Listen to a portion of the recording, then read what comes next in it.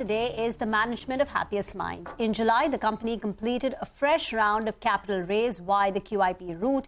It raised 500 crore rupees in what was the company's first ever equity fundraise after its IPO in 2020.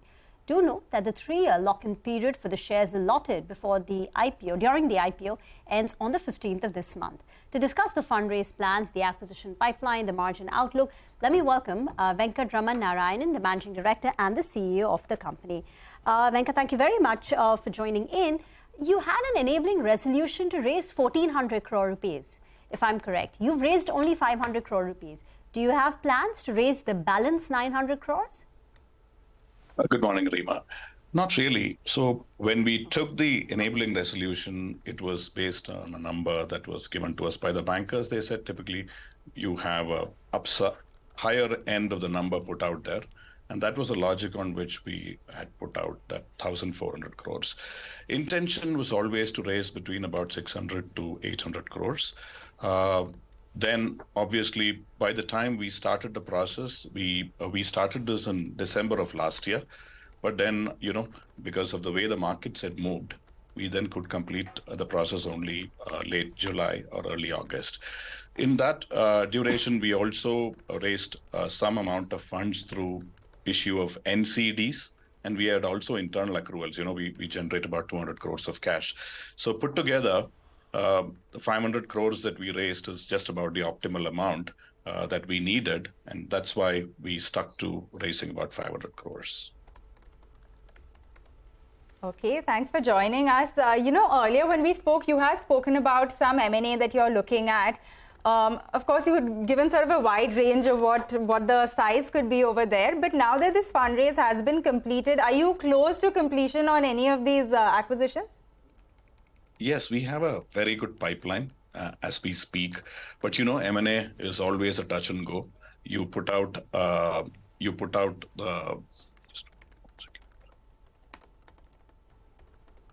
we can hear you. Okay, sorry.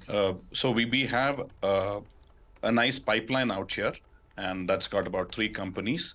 We are progressing reasonably well with them, and we'll keep you updated, most of you updated the moment we are close to nearing closing on any one of them. You said there are 3 companies in the pipeline?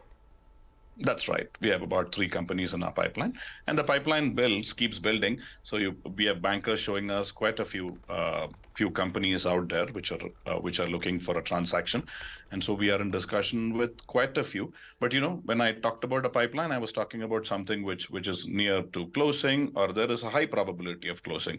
Not that we'll be able to do all the 3, but that's how the pipeline evaluation currently is. We've got 3 good solid names that we are pursuing. Okay, interesting. So we will be completely clued in and now wait by for more details on that. Venkat, so let's talk overall, broader business as well.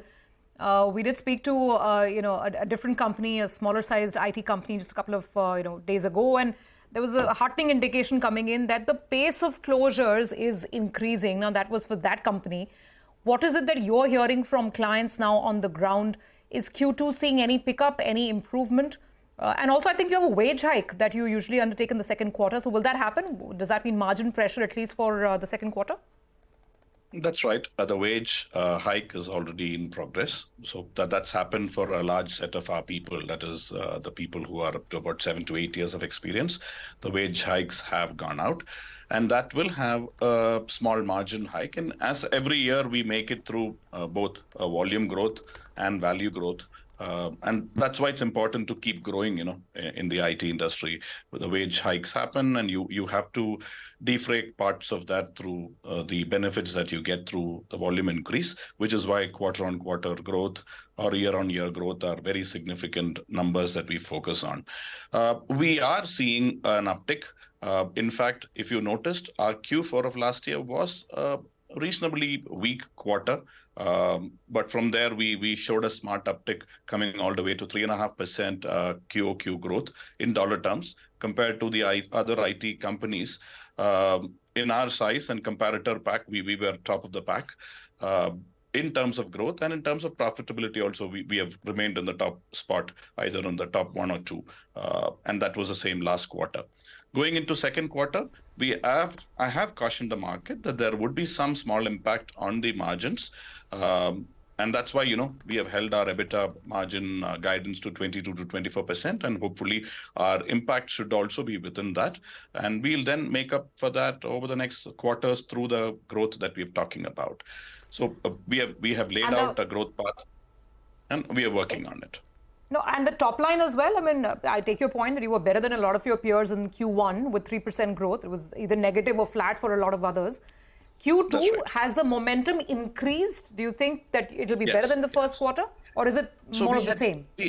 We had 17 new logo sign-offs in Q1. And so, those are the sign-offs. We are doing work on them. We are billing and we are accruing and recognizing revenues in them. We continue to see a similar pace in new sign-offs in this quarter as well.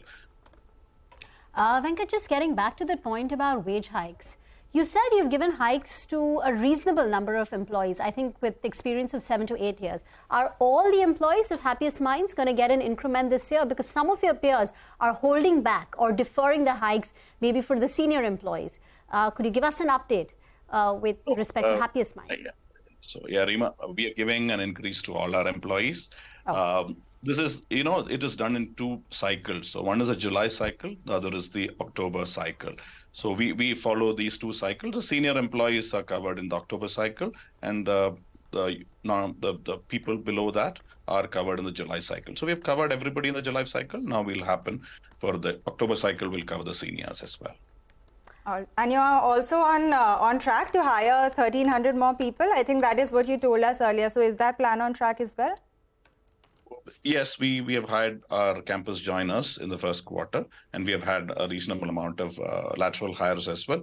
The numbers that we gave of 1,300 is a function of the growth that we talked about. So we are looking at acquisitions, and that will also add to the strength. So the 1,300 people is both a function of the organic growth and the inorganic growth. So if we touch the number of the 25% or the number that we lay out after Q2 for the year, it will directly relate to the number of hires that we will make during the course of this year. Venkat, we'll leave it there. Thank you very much for joining in. That's Happiest Minds. In the pipeline for completing the acquisition are 3 solid companies which they're pursuing.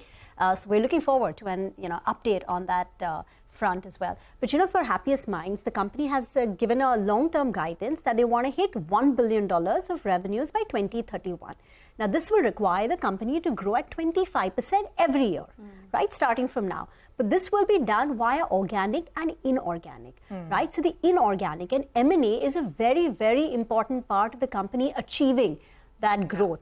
And for this year, 25% top line growth may be just difficult to achieve if they do not close that acquisition in time. Acquisition is extremely important Extremely for them to stay on course of that guidance to get that 25% growth every year so that you can hit $1 billion by 2031. Anyway, that's about Happiest Minds.